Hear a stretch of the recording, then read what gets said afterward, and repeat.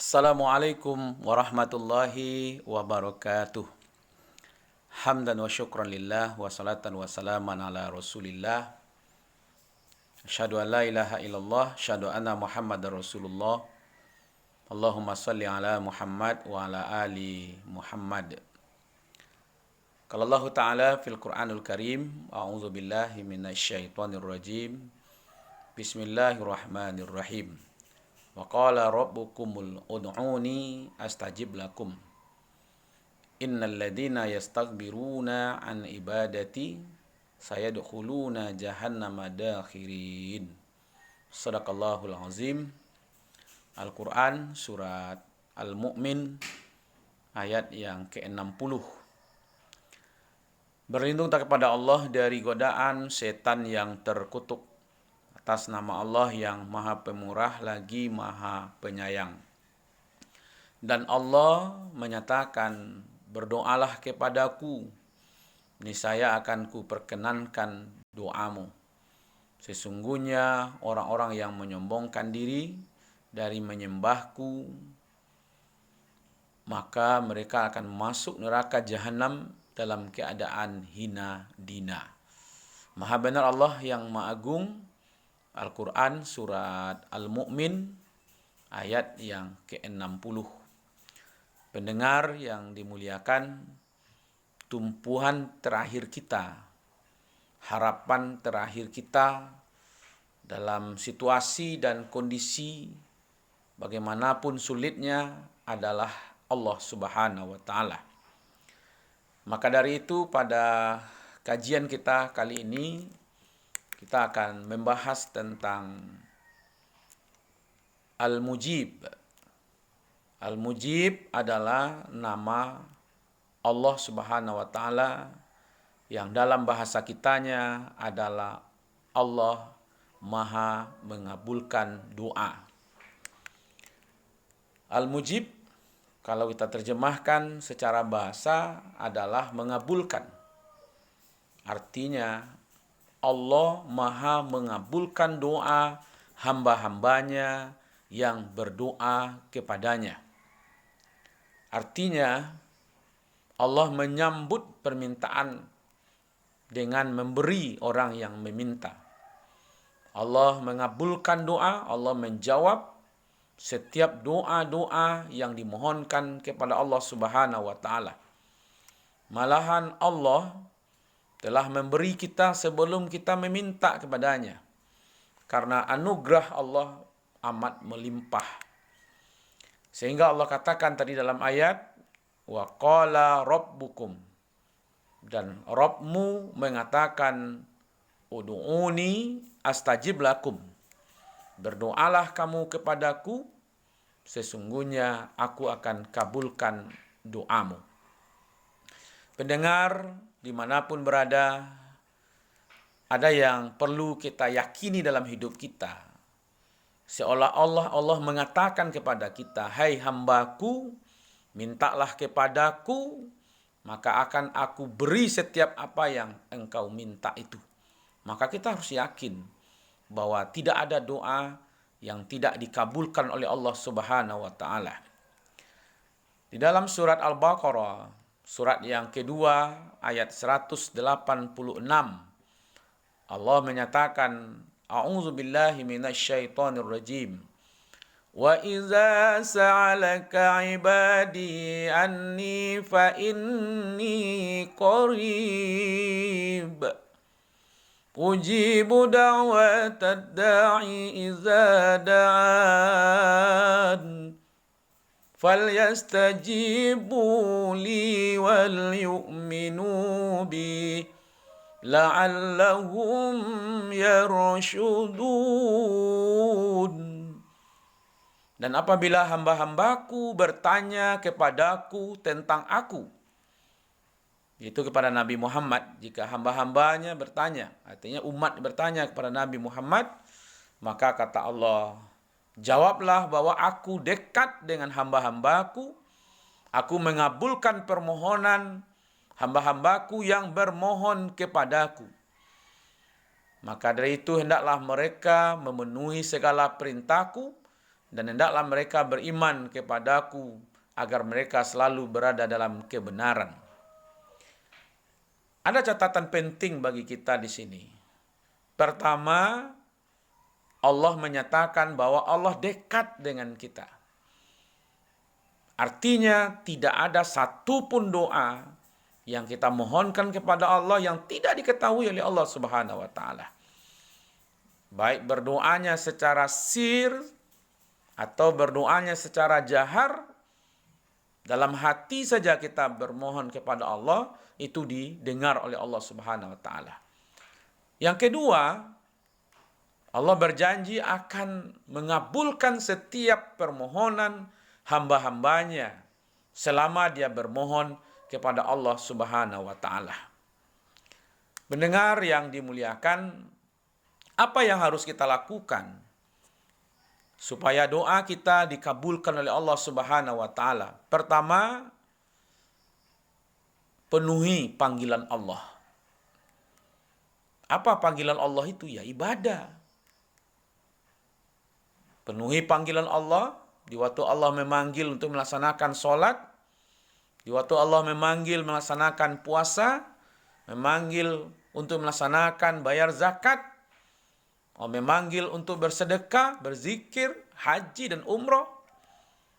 Nah, di waktu kita sudah memenuhi panggilan Allah Subhanahu wa taala, maka doa kita semakin dekat dikabulkan oleh Allah Subhanahu wa taala. Yang kedua, yang perlu kita lakukan adalah bersungguh-sungguh. Bersungguh-sungguhlah. Ud'u rabbakum tadaru'an. Bermohonlah engkau kepada Allah dengan sungguh-sungguh. Surat Al-A'raf ayat 55 menyatakan. Yang ketiga yang mesti kita lakukan kalau doa kita ingin dikabulkan oleh Allah Subhanahu wa taala, maka bersih-bersih dirilah kita. Bersih dari yang haram, sucikan diri kita, sucikan pakaian kita, sucikan rumah kita dari hal-hal yang tidak diridhoi oleh Allah Subhanahu wa taala. Karena ada satu riwayat di waktu Rasulullah Shallallahu alaihi wasallam dengan sahabat melihat seorang anak muda yang kusuk berdoa, menangis di masjid, tangannya menengadah. Lalu Nabi mengatakan kepada sahabat, coba engkau lihat, bagaimana pendapat kalian tentang anak muda yang berdoa ini? Sahabat menengok bajunya lusuh, bentuk seorangnya musafir, bukan orang di sekitar masjid sana. Tangannya menengadah ke langit, dia berdoa dengan kusuk dan menangis. Maka semua sahabat mengatakan, doanya dikabulkan ya Rasulullah. Kata Rasulullah Shallallahu alaihi wasallam, doanya ditolak. Kenapa? Karena pakaiannya dari yang haram.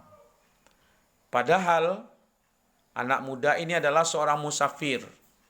Berdoanya dengan kusuk, tangannya menengadah ke langit. 3 ini minimal adalah bentuk kekusukan doa. Musafir, orang-orang yang dalam keadaan musafir doanya makbul. Lalu dia berdoa dengan sungguh-sungguh. Lalu tangannya diangkat dalam berdoa.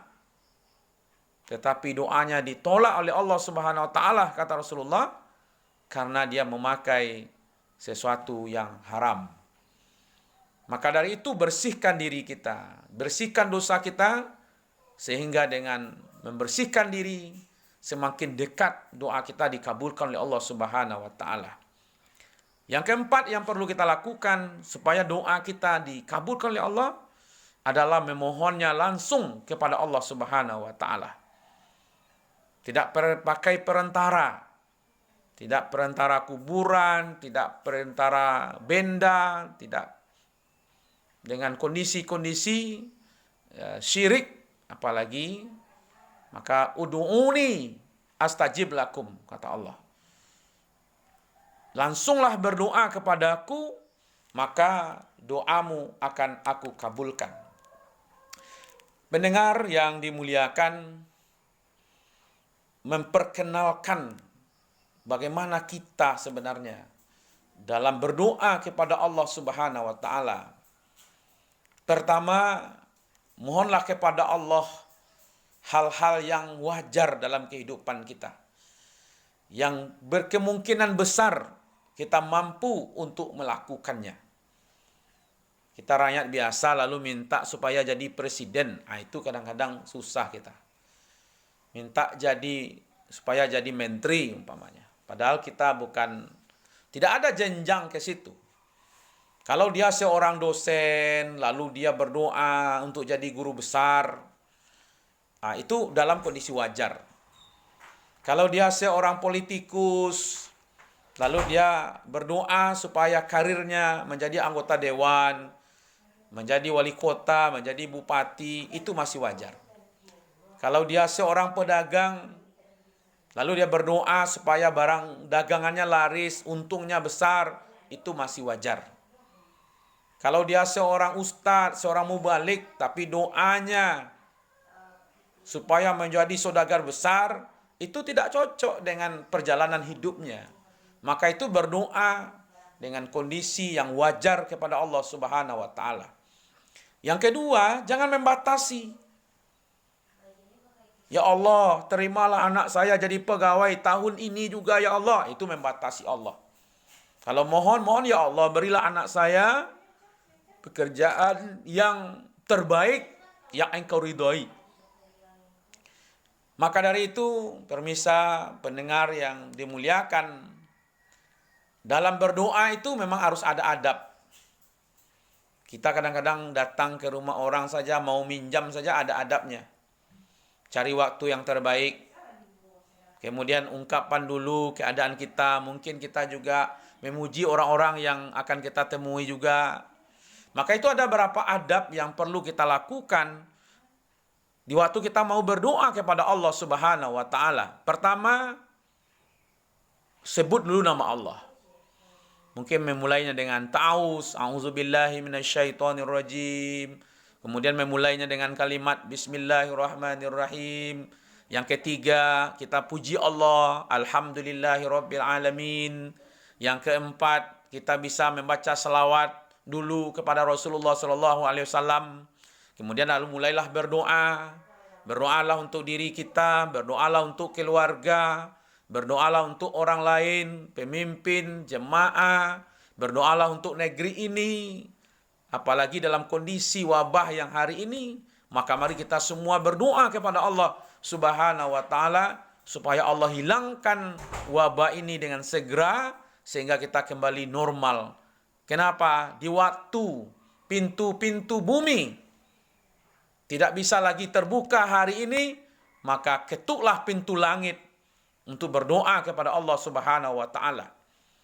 Minimal setiap kita membaca Bismillahilladzi la yadurru ma'asmihi syai'un fil ardi wala fis sama wa huwas samiul alim. Atau juga kita bisa membaca La ilaha illa anta subhanaka inni kuntu minaz zalimin. Ada pernyataan-pernyataan kita, permohonan kita kepada Allah Subhanahu wa taala. Ada doa-doa kita kepada Allah supaya Allah jauhkan diri kita, keluarga kita, negeri kita dari wabah ini, sehingga tidak ada yang bisa sebenarnya menghilangkan wabah ini kecuali Allah Subhanahu wa taala. Maka dari itu, di samping kita berusaha hidup bersih, sering membasuh tangan dengan sabun atau memakai hand sanitizer, atau juga memakai masker, menjauhi kerumunan orang, lalu kita berdoa kepada Allah Subhanahu wa taala. Bentuk ikhtiar dan doa kita. Nah, kemudian setelah kita berdoa kepada Allah, tutup lagi doa itu dengan membaca kalimat pujian kepada Allah Subhanahu wa taala, yakni kalimat alhamdulillahirabbil alamin. Maka itu adab berdoa, pertama sebut nama Allah, yang kedua puji Allah, yang ketiga membaca selawat, yang keempat berdoalah untuk diri kita, untuk keluarga, orang tua, negeri, bangsa, tetangga. Kemudian terakhir tutup kembali doa itu dengan mengucapkan pujian kepada Allah Subhanahu wa taala, yaitu kalimat alhamdulillahirabbil alamin. Pendengar yang dimuliakan oleh Allah Subhanahu wa taala, dan alhamdulillah, mudah-mudahan setiap doa-doa yang kita mohonkan kepada Allah, maka doa itu akan dikabulkan oleh Allah Subhanahu wa taala. Maka itu sungguh-sungguhlah meminta kepada Allah Subhanahu wa taala. Insyaallah kita akan lanjutkan dengan kajian kita, yakninya tempat-tempat dan waktu-waktu yang mustajab untuk berdoa. Wabillahi taufik wal hidayah. Assalamualaikum warahmatullahi wabarakatuh.